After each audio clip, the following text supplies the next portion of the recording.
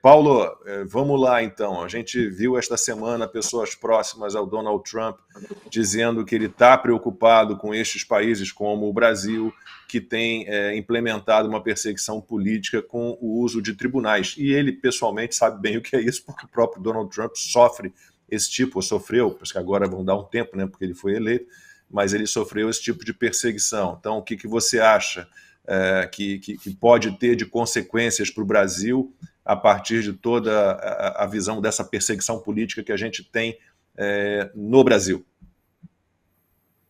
Eu acho que é um assunto com muitas nuances, né? Primeiro, a Ana citou bem, nós temos um secretário de Estado latino, o que mostra um pouco da mudança do eixo de preocupações do governo dos Estados Unidos, né? Não está no Oriente Médio, como já esteve, não está na Rússia, como já esteve, não está nem na China especificamente, mas trouxe alguém de descendentes de cubanos, então que tem bastante preocupação, principalmente um tema muito forte para ele é justamente a questão do comunismo. É uma pessoa que fala sobre Foro de São Paulo e uma pessoa bastante preocupada com o eixo comunista da América do Sul, esse que tem gente que diz que não existe e tem gente que assume que é comunista. Então, Marco Rubio é uma pessoa bastante alinhada nesse sentido. Por outro lado, nós temos que ter as expectativas ajustadas, né? Muita gente não pode achar que o Trump é o presidente amanhã, então vai cancelar imediatamente o visto do Alexandre, vai sancionar, vai botar a ditadura brasileira para fora, porque não é assim. Não é assim que a banda toca, né? Nós temos um governo novo entrando, com muitas mudanças dentro da administração, pessoas que vão chegar agora, políticas públicas que precisam ser formuladas, ainda não há escolha, por exemplo, hoje eu apurei isso, ainda não há escolha para quem será o próximo embaixador do Brasil. Nós não temos ainda uma política muito definida em relação ao Brasil. Havia até recentemente uma ala dentro do entorno do Trump que até achava que, olha, estamos chegando agora, vamos estabelecer um contato com o governo brasileiro, ver o que é possível encontrar de meio termo. É claro que a negativa do Alexandre ao convite do presidente Trump para que o Bolsonaro viesse à posse nos ajuda, porque mostra que não há diálogo, já que cria uma predisposição e uma má vontade. Mas, de novo, o tema que a Ana abordou e o Rodrigo também, as questões de como o Brasil, como os Estados Unidos, como pessoalmente o presidente Trump levam muito a sério essa questão do que vem sendo chamado de lawfare, né? A palavra fair em inglês é uma palavra utilizada para guerra e law é lei, então é você utilizar o judiciário como instrumento da guerra política. Esse é um termo que vai acabar entrando no vocabulário dos brasileiros muito em breve, né? O que é esse lawfare? É um assunto muito sensível dentro do governo, muito sensível para o presidente Trump. Opa, desculpe interromper o seu vídeo, mas desde 2022 eu continuo com as contas bloqueadas e o passaporte cancelado pelo Xandão.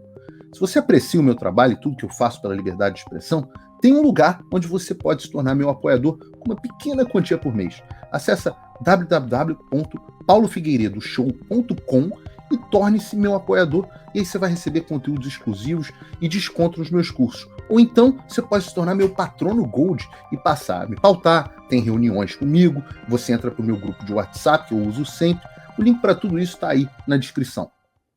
Algumas coisas que nós temos que observar na mudança na política externa americana, e hoje eu conversei bastante com o Mike Benz a esse respeito, e com outras pessoas, com o próprio Bannon também.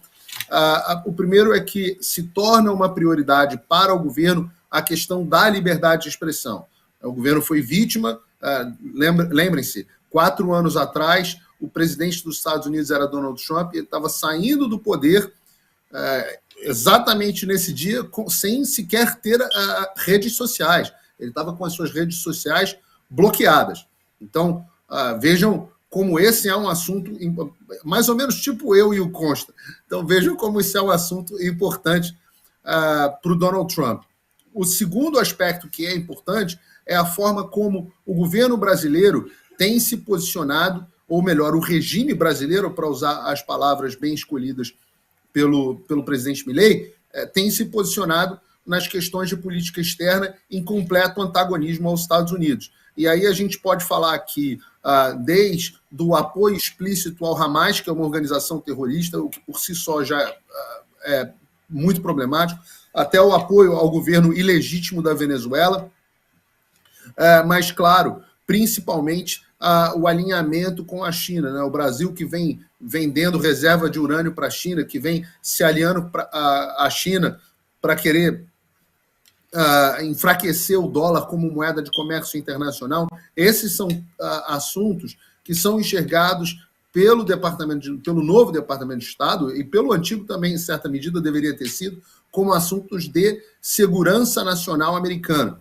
Então, esses são dois aspectos. E um terceiro aspecto, que é um aspecto que eu acho que é inexorável, não só na política externa americana, mas a gente vai começar a ver isso de países também como a Argentina, o próprio presidente Milei, eu não posso aqui falar muito, mas é algo que é muito caro para ele, é o reconhecimento de eleições, de resultados de eleições, apenas de eleições que sejam conduzidas com voto de papel, isso está especificamente no programa de governo do Donald Trump, votos de papel e auditáveis. Então, nós devemos enxergar um governo americano pressionando nessas três direções, para que seja restituída a liberdade de expressão, para que sejam preservados os interesses de segurança nacional americano, que hoje em dia são antagonizados pelo Brasil, mas também pelo aspecto da verdadeira democracia, que passa por um sistema eleitoral funcional, auditável, com confiança popular, mas também sem lawfare, né, onde a oposição possa concorrer de forma livre.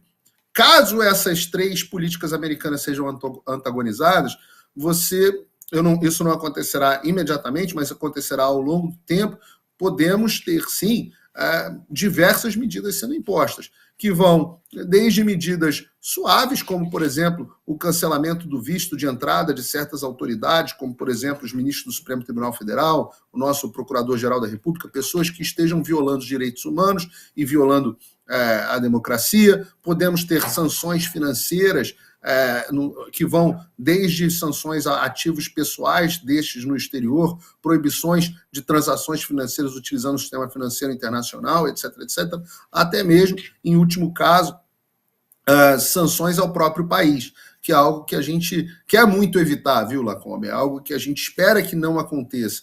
Muitas pessoas falam, o Trump é muito duro nisso, ele não tem medo de usar tarifas, embargos, etc., mas a gente espera que isso não aconteça ao Brasil. A gente espera que nós consigamos, nossas instituições consigam responder e restaurar a liberdade no país antes dessas medidas terem que ser tomadas. E ainda consta, a Maria Elvira Salazar, acho que ela está confirmada, né, como a presidente, a diretora, a chefe da Comissão de Relações Exteriores. É isso, Paulo? O cargo específico, a Maria Salazar, nós temos um comitê de relações exteriores na Casa dos Representantes, que é a Câmara aqui, muito favorável ao Brasil, né?